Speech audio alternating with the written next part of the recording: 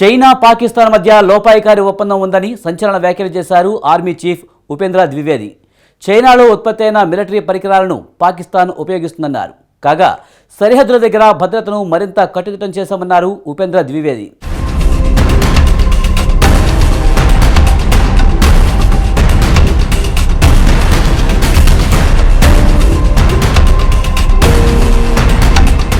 China పాకిస్తాన్లపై భారత army chief Upendra Dwivedi సంచలన వ్యాఖ్యలు చేశారు. ఆ రెండు దేశాల మధ్య లోపాయికారి ఒప్పందం ఉండే అవకాశాలున్నాయన్నారు. ఈ విషయాన్ని అంగీకరించి తీరాలన్నారు.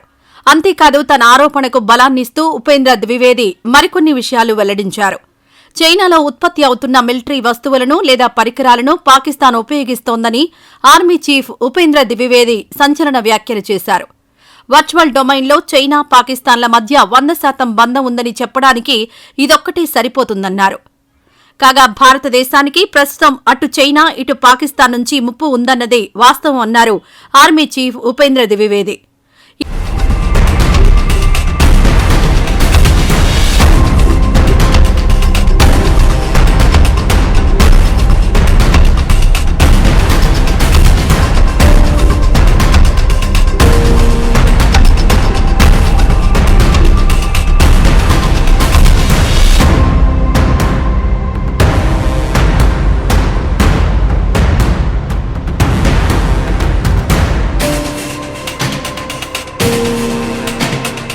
ఈ నేపథ్యంలో భారతదేశం మరింత అప్రమత్తంగా ఉండాల్సిన అవసరం ఉందన్నారు. అలాగే వేసవి సమీపిస్తున్న కొద్దీ జమ్మూ కాశ్మీర్ నుంచి చొరబాట్లు పెరిగే ప్రమాదం ఉందన్నారు.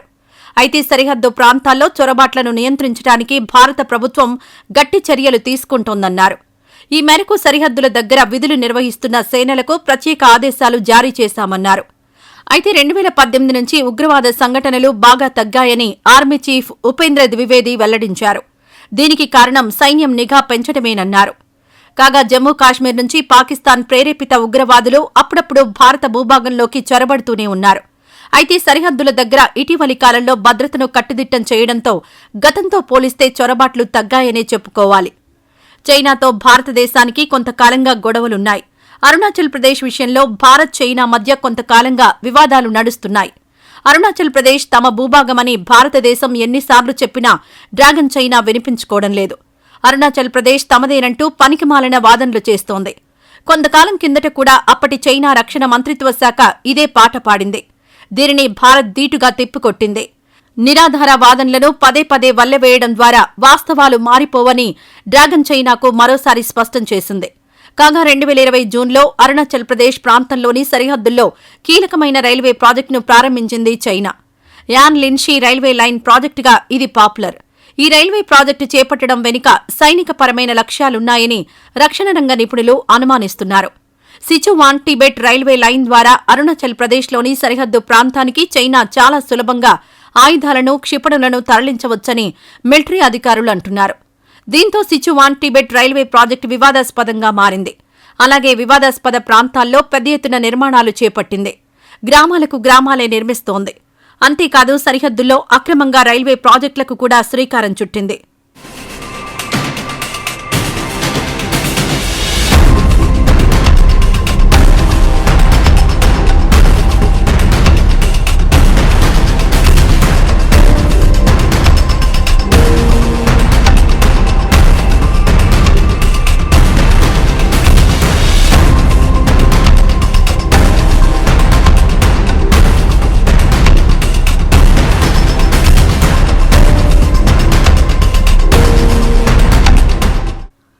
సరిహద్దు ప్రాంతాల్లో ప్రధానంగా అరుణాచల్ ప్రదేశ్ ప్రాంతంలో చైనా పెద్ద ఎత్తున అక్రమ నిర్మాణాలు చేపట్టడాన్ని భారత్ నిశితంగా గమనిస్తోంది.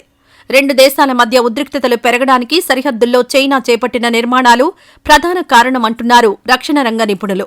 చైనా 14 దేశాలతో దాదాపు 22,000 కిలోమీటర్ల మేర సరిహద్దును పంచుకుంటోంది. మన దేశం సంగతికొస్తే చైనాతో 3,488 కిలోమీటర్ల మేర భూ సరిహద్దు ఉంది. ఇది 3 సెక్టార్ల ద్వారా వెళ్తోంది. వెస్టర్న్ సెక్టార్ అంటే జమ్మూ కాశ్మీర్, సెంట్రల్ సెక్టార్ అంటే హిమాచల్ ప్రదేశ్, ఉత్తరాఖండ్ ప్రాంతాల్లో ఉంటుంది. నార్త్ సెక్టార్ అంటే సిక్కిం, అరుణాచల్ ప్రదేశ్ల ప్రాంతాల నుంచి వెళ్తుంది. చైనా భారత్ మధ్య అనేక ప్రాంతాలకు సంబంధించి చాలా కాలంగా సరిహద్దు వివాదాలున్నప్పటికీ రెండు దేశాల మధ్య స్పష్టమైన హద్దులు లేవంటున్నారు నిపుణులు. దీంతో లైన్ ఆఫ్ యాక్చువల్ కంట్రోల్నే ఇప్పటివరకు యథాతథ స్థితిని కొనసాగించడానికి ఒక ప్రామాణికంగా రెండు దేశాలు పెట్టుకున్నాయి. పొరుగు దేశాలతో సరిహద్దు సమస్యలను పరిష్కరించుకోవడానికి చైనా కొన్నేళ్ల కిందట ఓ చట్టాన్ని చేసింది.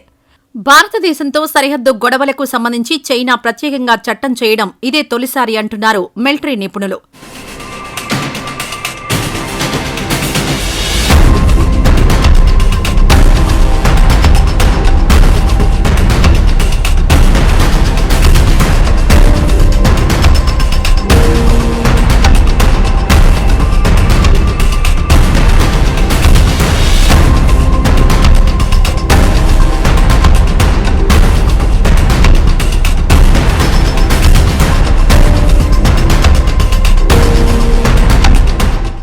చైనా చేసిన ఈ ప్రత్యేక చట్టం ఫలితంగా రానున్న రోజుల్లో భారత్ అనేక రాజకీయ సవాళ్లను ఎదుర్కోవాల్సిన పరిస్థితులు వచ్చే అవకాశాలున్నాయి.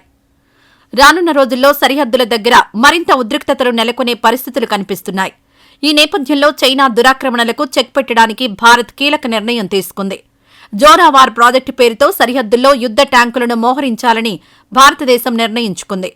పూర్తిగా స్వదేశీ పరిజ్ఞానంతో తయారైన యుద్ధ ట్యాంకులను చైనా సరిహద్దుల్లో మోహరింపజేయాలని భారత్ డిసైడ్ అయింది. ఈ ప్రాజెక్టులో భాగంగా 350కి పైగా దేశీయ తయారీ జోరావార్ యుద్ధ ట్యాంకులను ఇండియన్ ఆర్మీ సమకూర్చుకోనుంది. ఇప్పటికే చాలా వరకు సమకూర్చుకుంది. రొటీన్గా ఉండే యుద్ధ ట్యాంకులతో పోల్చితే జోరావార్ యుద్ధ ట్యాంకులు తక్కువ బరువుంటాయి. వాయు మార్గంతో పాటు రోడ్డు మార్గం ద్వారా కూడా వీటిని సులభంగా తరలించుకోవచ్చు. అంతేకాదు పర్వత ప్రాంతాల ఆపరేషన్లలో జోరావార్ యుద్ధ ట్యాంకులు ఎంతో ఉపయోగపడతాయని ఆర్మీ వర్గాలంటున్నాయి. ఏమైనా పాకిస్తాన్ చైనా విషయంలో భారత్ మరింత అప్రమత్తంగా ఉండాల్సిన అవసరం ఎంతైనా ఉంది.